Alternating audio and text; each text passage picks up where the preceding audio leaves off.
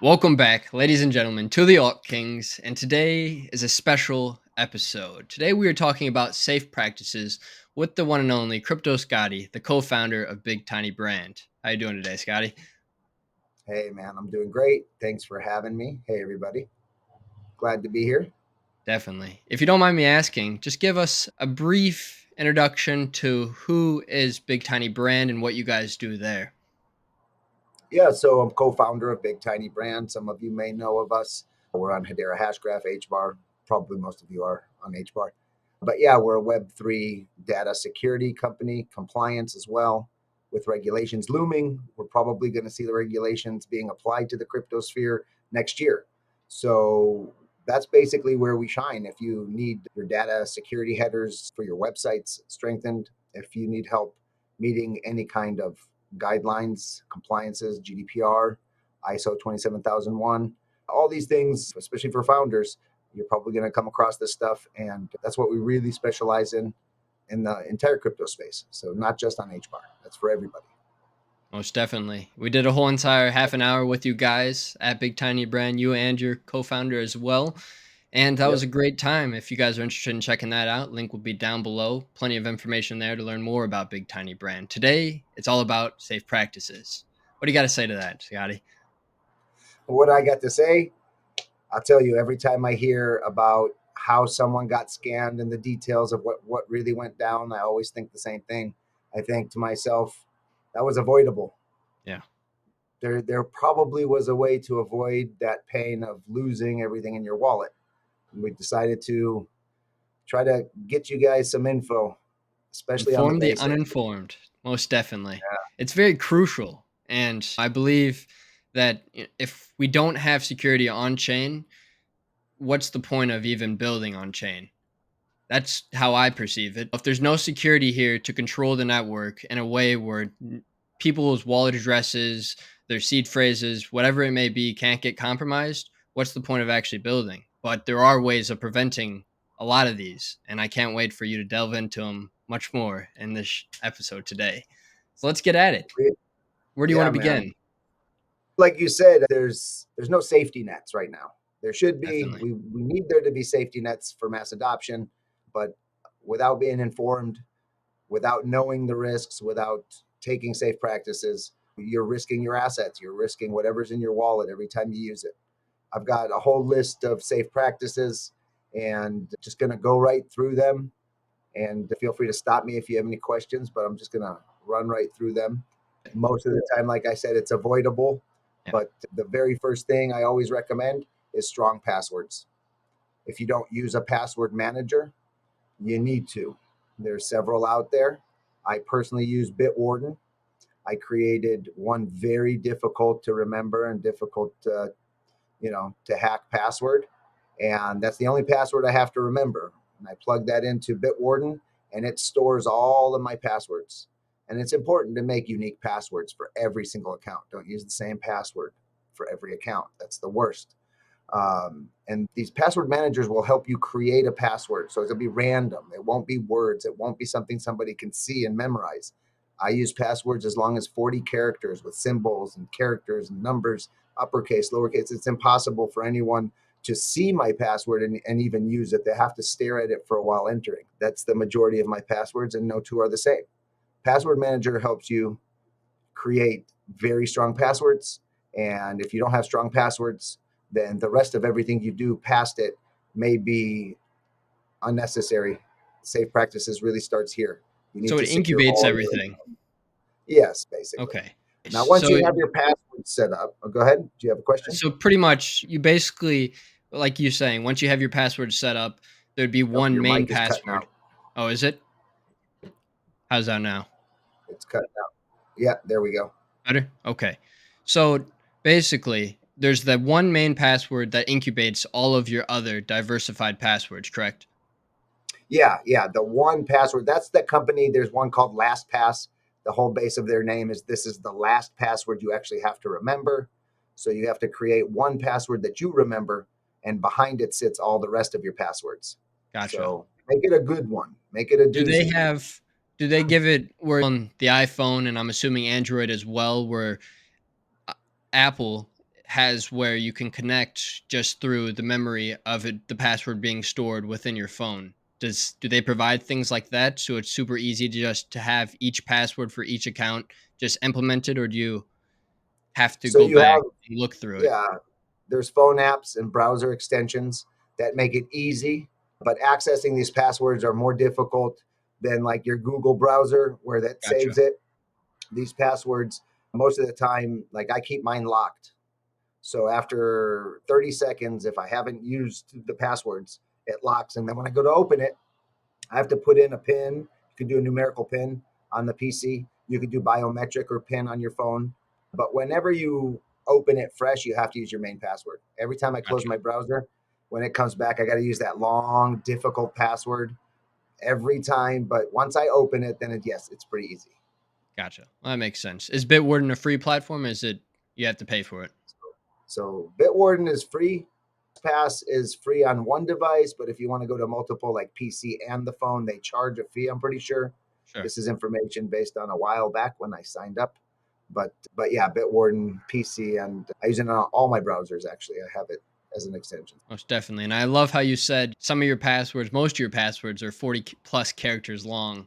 And I feel as if a lot of people tend not to want to go that way because either they're one, going to forget it, or two, they just want something super simple to the point where it's as easy as typing in 3 seconds. And that's where you come into those problems where you're at more of a risk because of how simple and easy your passwords may be. Yeah, and safety isn't as comfortable Yeah, as less safety. More safety is true. less comfortable. When my Amazon account needs to be accessed by my wife or kids and they say, Dad, what's the password? It's you have to come and stare at my phone and look at this god awful, randomly charactered password. And same for Netflix. And it is what it is. We got to stay safe. Yeah, amazing. What's next? All right. So basically, once your passwords are good, 2FA, two-factor authentication. It's really important to have two-factor authentication, but there's several forms of it, and one is better than the others. The best one is using an authenticator app. I like the Microsoft one. I think it's yeah, it's Microsoft. There is a Google one, but to Yeah, access the Google Authenticator in your phone, it's not password protected. Last I used it, so you click on it, it just opens your 2FA codes. So if anyone had your phone, they clicked your Google Authenticator, they actually could see the codes. Whereas with the Microsoft, I use biometric, my fingerprint, or full password to get in, which I go to Bitwarden for. But yeah, if you can use the app for two-factor authentication for that six-digit code, that is the safest. If you opt to use either SMS, which is text message, or email, if someone's hacked your phone by SIM swap or hacked your email and then sent the 2FA to it, they'll access your accounts. But the having an authenticator app is just one more protective layer, especially if it needs a password to get into that. But yeah, most that would be the definitely. next I 2FA. think Very yeah, I important. think Google Authenticator, now that you bring that up, it's quite surprising because I never thought of it. You're right. It just the moment you click into the app, it just pops up all the different authenticated connections that you have, and that's quite scary to think about. I It's not, definitely might need to switch doesn't to feel Microsoft. safe. Yeah. Sorry, Google, it doesn't feel safe. Might want to Yeah, look into that. you're right. But once you have your 2FA, you got your password, you're ready to go. Now, as you interact with most centralized exchanges or anything on DeFi, decentralized, most of this applies more to DeFi.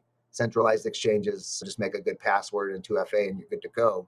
Yeah. Just make sure they're reputable exchanges. If you go with some new, barely known exchange because there's no KYC, just be aware that if you lose all your money to them, don't put in more than you can afford to lose, is the rule.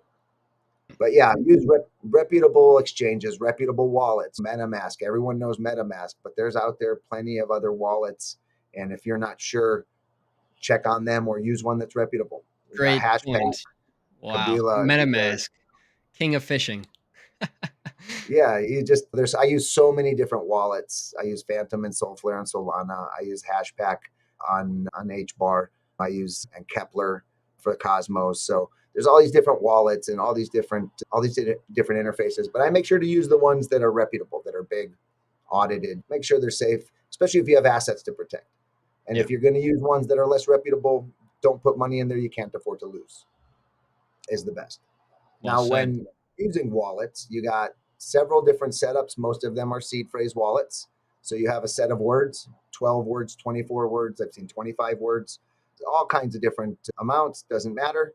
These words are the keys, your seed phrase. And there are private keys also, which are a long string of numbers. I personally don't save those. I save the seed phrase, but because to save those, I would handwrite them.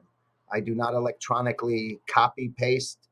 I do not save anything electronically. I don't even type in electronically unless I'm creating a wallet. The seed phrase goes handwritten.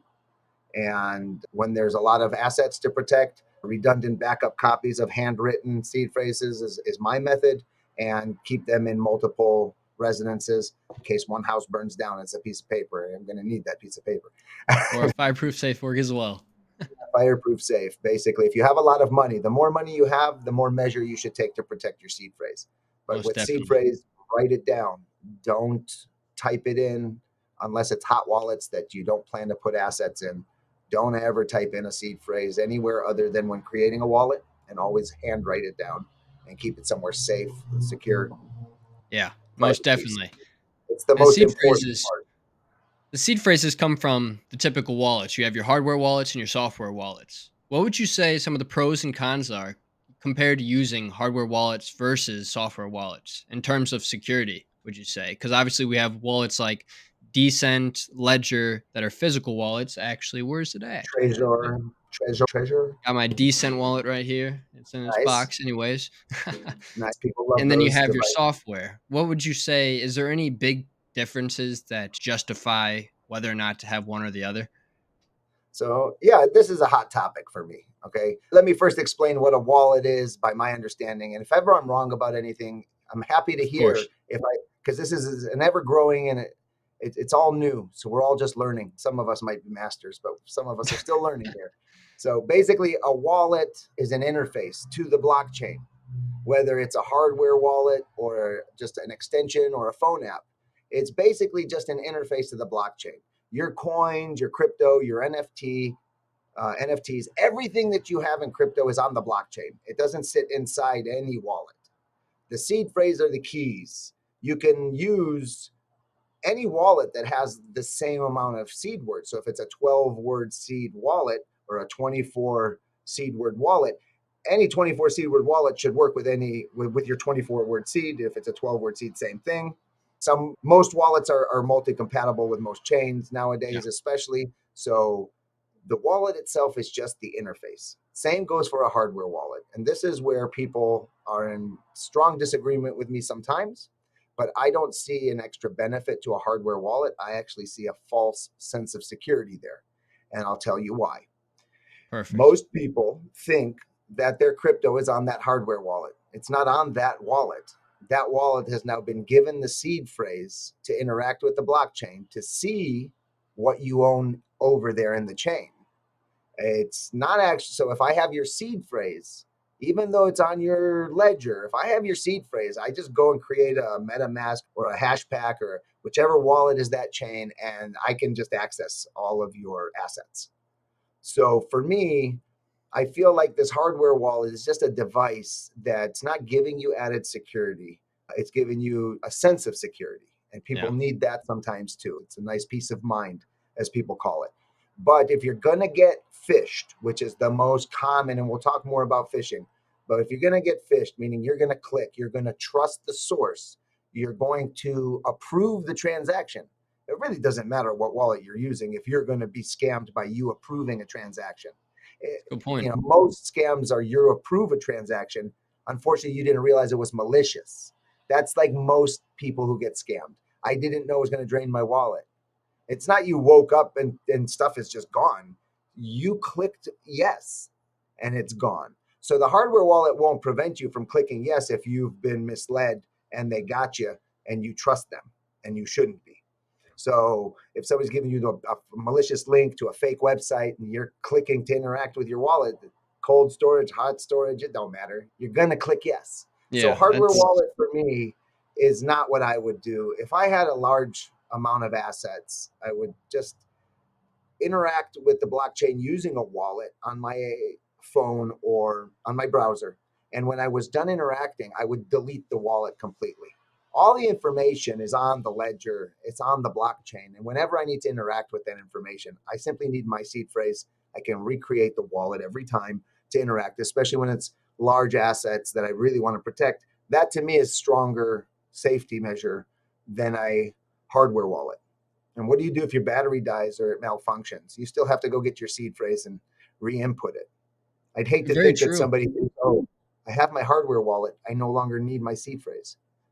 That would be a You're terrible telling thought. me You're telling me that if you delete the wallet on, say, a mobile app, if you had, say, the Decent mobile app, for an example, and I were to delete my wallet but still have the seed phrase, I could type in that seed phrase again to reconnect to that wallet even after it's deleted.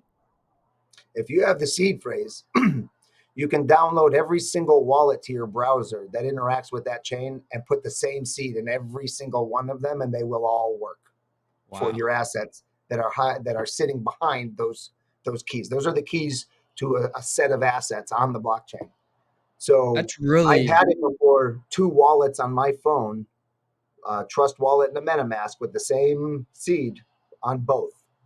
Or it was no, it was a MetaMask and a Binance wallet because I had Binance, but I wanted to use a different wallet to interact. Long story short, two wallets, same seed, same assets.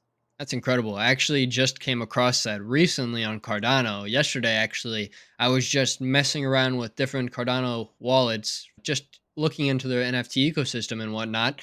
And I downloaded two different wallets. I believe it was Vesper and I forget the second one. And luckily to find out, I typed in the same exact seed phrase on the other wallet and it connected me right exactly with the same wallet address and everything. And I definitely understood that a lot more because it was just specifically on Cardano's blockchain, so it made more sense for it just to be on chain and whatnot. But I never would think with a more universal style of a wallet that can incubate more tokens that it'd be able to do that. But today I learned. Yes, and the wallet features may be limiting to that wallet, Sure. but your assets are on the block. Yeah. So I try to find analogies to explain this because when I was first in crypto, I thought it was in that wallet. I didn't understand this concept. But I like to say if your seed is your keys, okay, your assets are in some building and you have the keys that work any vehicle outside that can go to that building. You go pick whichever car you want to get there. And when you leave there, you can pick a different car to get back. Or it it doesn't matter which vehicle, which wallet is getting you to your assets. But every wallet has certain features. And that's where we like certain wallets over other wallets. Some wallets Yeah. show you your original purchase price of your NFT. I've seen that on Solana. And so that's really cool. Like you always see how much you paid because we can't Yeah. remember. That's a great point. It keeps So in check. So going back to the main question, is there a difference between the wallets? If you understand how they work and use safe practices, you're not more secure using one over the other. You just have to understand your risk. If somebody hacks your computer and can somehow control your computer, and you have wallets there that you can approve transactions without a password, and they're open, then maybe somebody can get you. But Yeah. if you use a wallet to interact with a seed phrase and you delete that wallet, even if that computer was hacked, that wallet's not there, they can't get to it. They need that seed. They need your keys. The keys are most important. Seed phrase, protecting your seed phrase is first. Everyone who has $10 billion in Bitcoin in a computer they can't find, they just need their seed phrase. They don't need the computer. It's all they need is the 12 words to glory.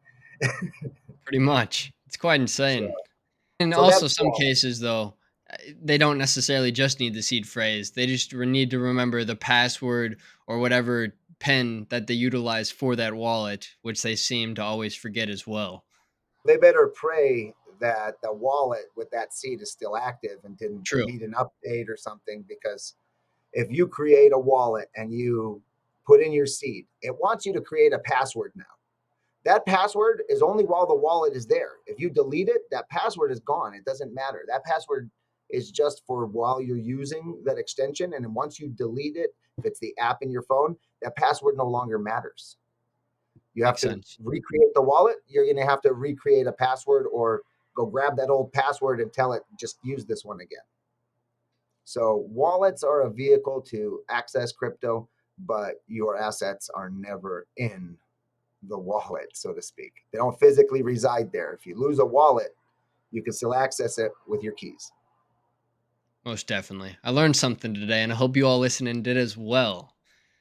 I can't wait to So dive into scams and phishing. It's definitely more prevalent than ever in this industry as we continue to just see deepfake after scam, after bad link, after malicious link. It's everywhere.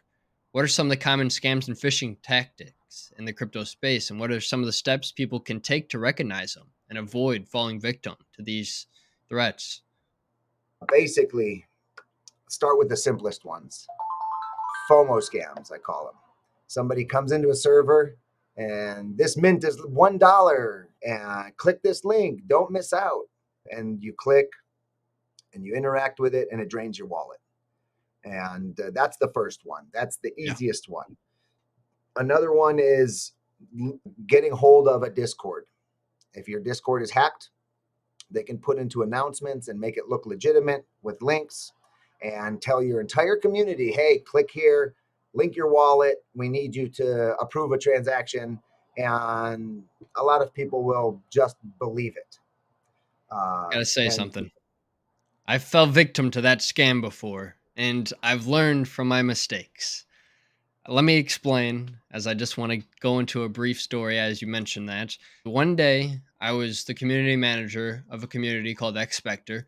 I get reached out to by some guy in the Discord who is a part of the community as well. And he's basically reaching out to me, telling me that he has job opportunities for me within the Web3 industry. He says there's this Discord community that you can join and connect with hundreds of other Web3 businesses that are looking for employees. And I was like, okay, this seems really viable. Moment I click on that Discord link, it takes me to what's it called? Me6 authenticator. That's right. Yeah, it took me to a Me6 authenticator. And every time I tried to authenticate on this Me6, it wouldn't go through. It wouldn't go through. Wouldn't go through. Then it says that I had to reconnect my Discord. And at that moment, I paused because I'm like, wait a second, this doesn't typically happen. And so after that, I realized that somehow after like in the middle phase between the Me6 and me clicking whether or not I wanted to sign back into my Discord, the guy got access to my account. And he was able to basically log into my account and do exactly what you mentioned with going into the announcements and posting all of these bad links for people to try to get fished and scammed on as well. But we learn from those mistakes, and you just have to be more aware of who you're speaking with, how they're speaking to you, and what the opportunities they are trying to provide you. yep, yeah. And I'm sorry to hear that It's okay. happened. Nothing It's bad came from it besides some bad links that people caught on to.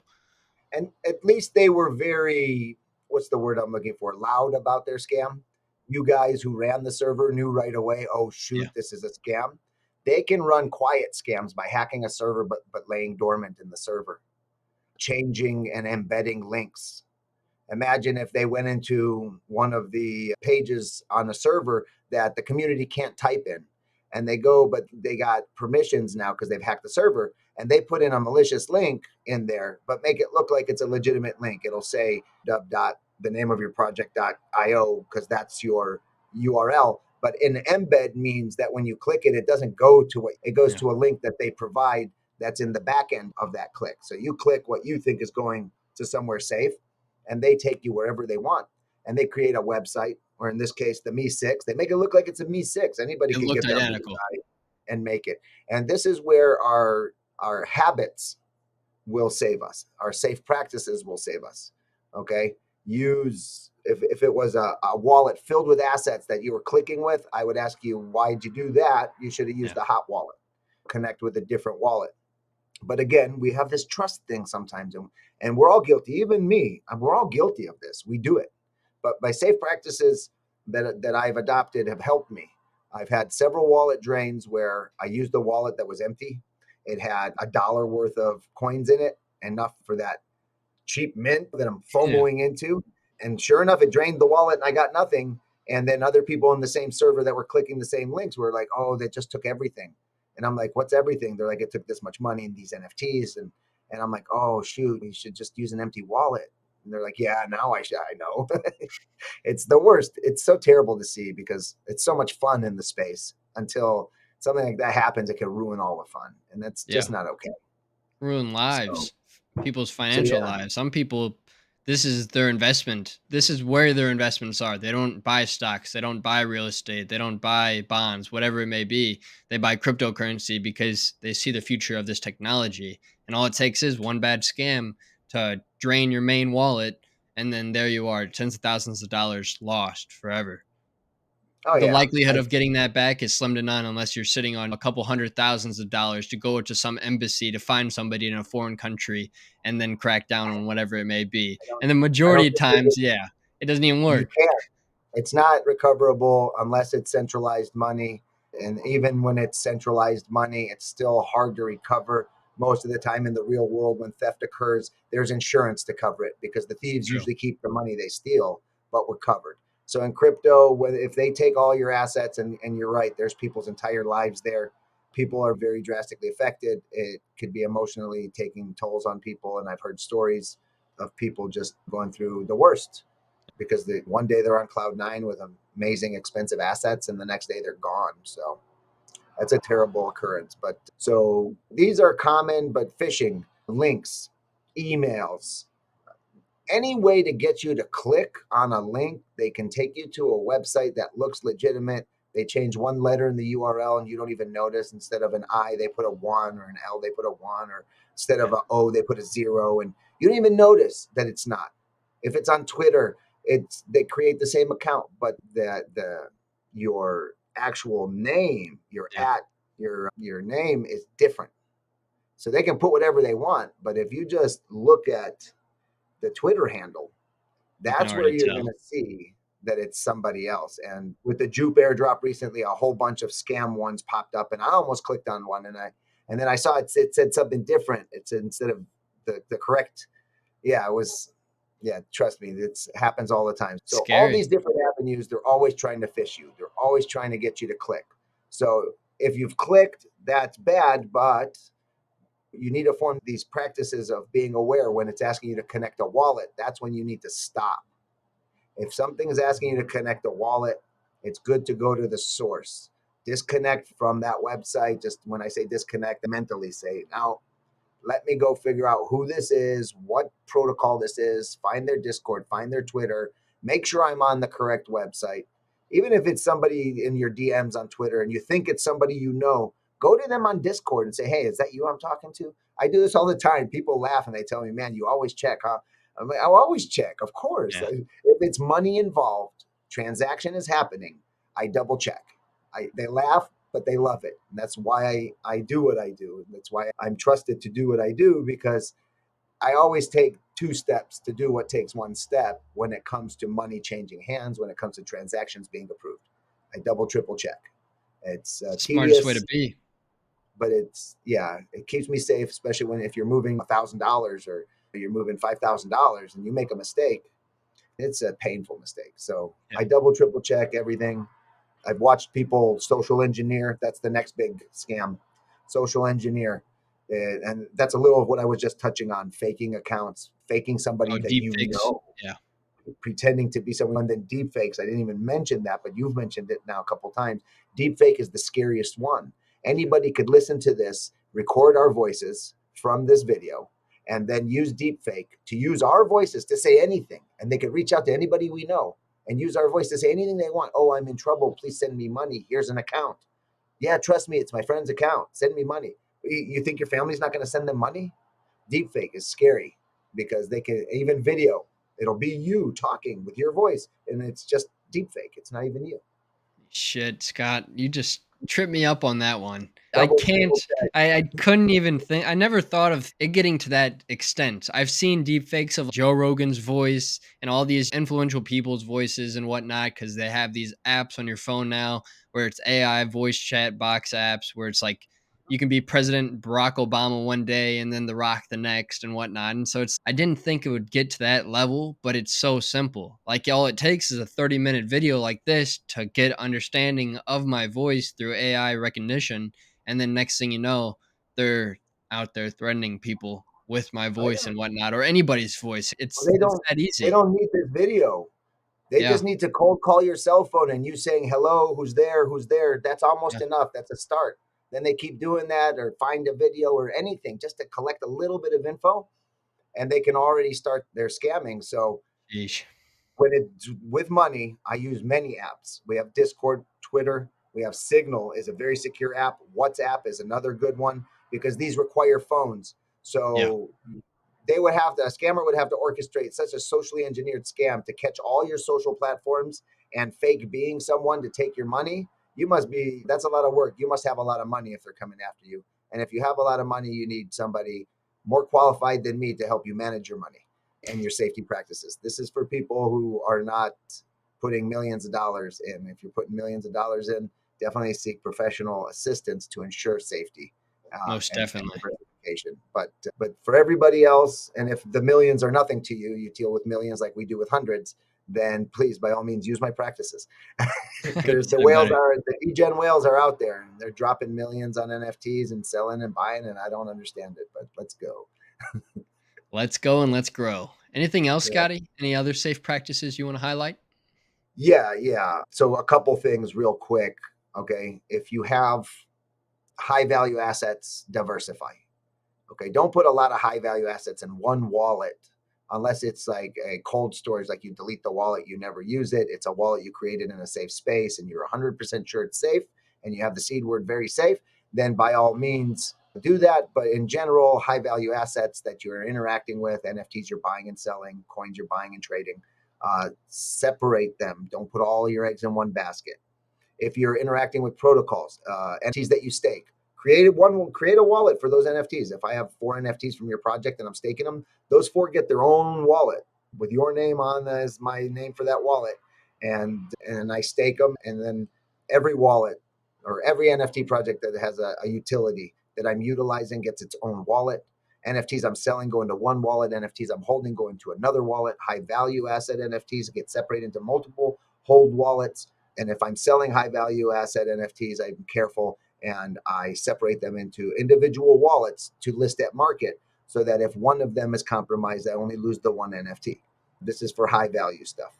Huge value assets. I know I said seek professional help, but if you decide not to and you want to stick around, when you want to hold storage, high value assets, what I would personally do is probably utilize a multi sig platform. I would create multiple wallets in safe environments as the signing wallets for the multi-sig, and then a hacker would have to hack multiple wallets and the DAO slash multi-sig wallet and interact with all of them and create transactions and It's almost execute them. impossible. It's very difficult. They have to really engineer. You must be a target if they're coming after you like that. Yeah, It's near impossible. It's like for the movies right there. So yeah, a multi-sig is another great one. And like I said, if you're going to interact with anything you don't know, you don't trust, we're degens. Sometimes you can't help yourself. I'm going to mint, I don't care. Fine. Put the exact amount of coins you need to mint plus a few cents for transaction based on the chain transaction fees. If it's Ethereum, put a bunch of money in there for transaction fees.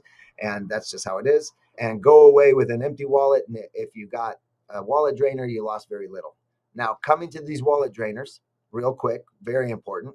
When you go to transact, it should simulate the transaction in most wallets. It's going to tell you what's going out, what's coming in.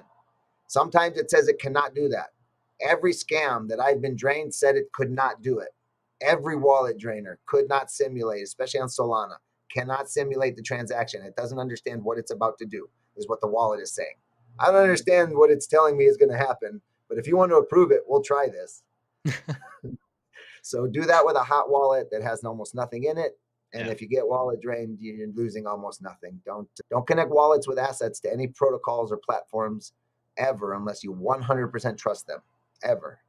Most Aside from definitely. that, when you're done interacting, and this is important, remove all connections.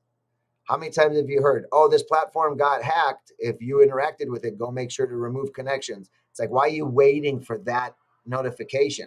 You're done using a trade swap protocol. You're done staking, unstaking, claiming, utilizing, playing the game. Go to the connected. Hashpack has it.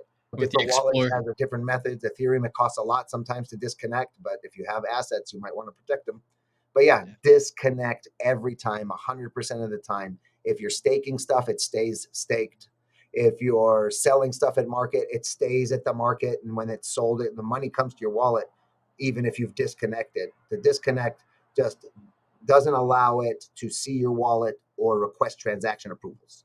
So if they can't even request a transaction, then nothing can happen. And so disconnect, super important. Super important and super simple at the same time.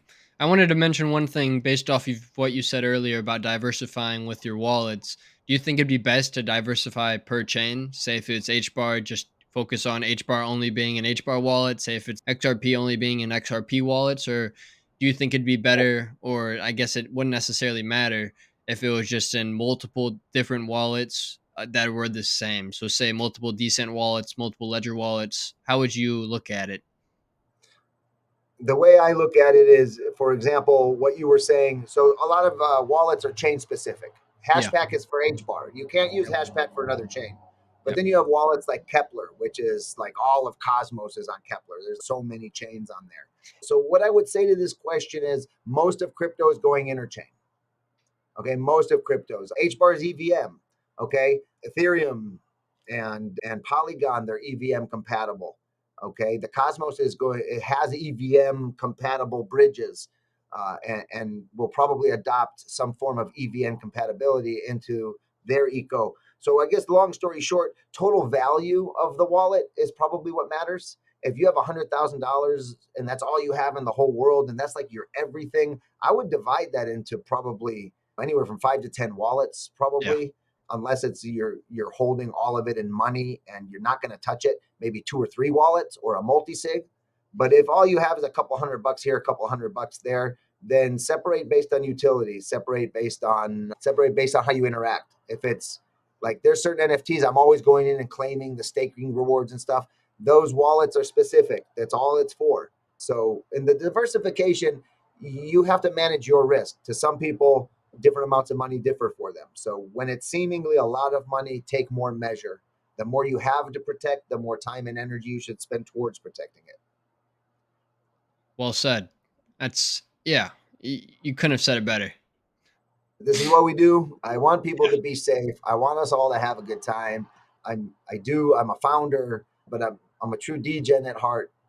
Buying NFTs before the last DPEG slash FTX debacle, man, it was all day, every day, just using protocols, borrowing, lending.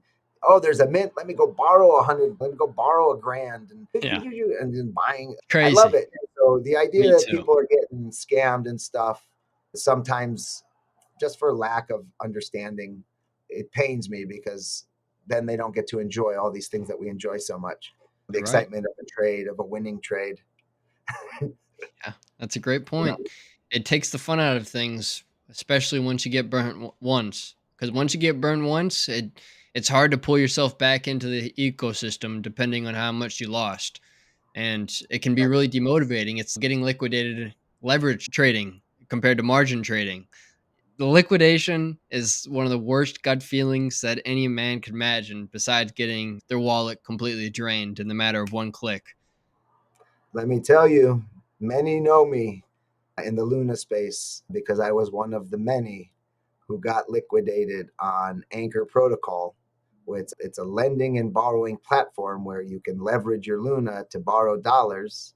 And we were doing leveraging, buying more Luna with the borrowed money, and then providing it so we could borrow more. Total degen fashion. And if anyone knows that protocol, they didn't just liquidate you, they brought your LTV down to 45%. So although you lost most of your money on the first liquidation, there were 14 more before it went to zero. What a And shame. when you said pain, watching all that money just poof in 2 days, I've said it so many times. I almost left crypto too. I had to really sit and think over that about a week preceding that DPEG event. And I really had to decide, can I handle losing money and not freaking out?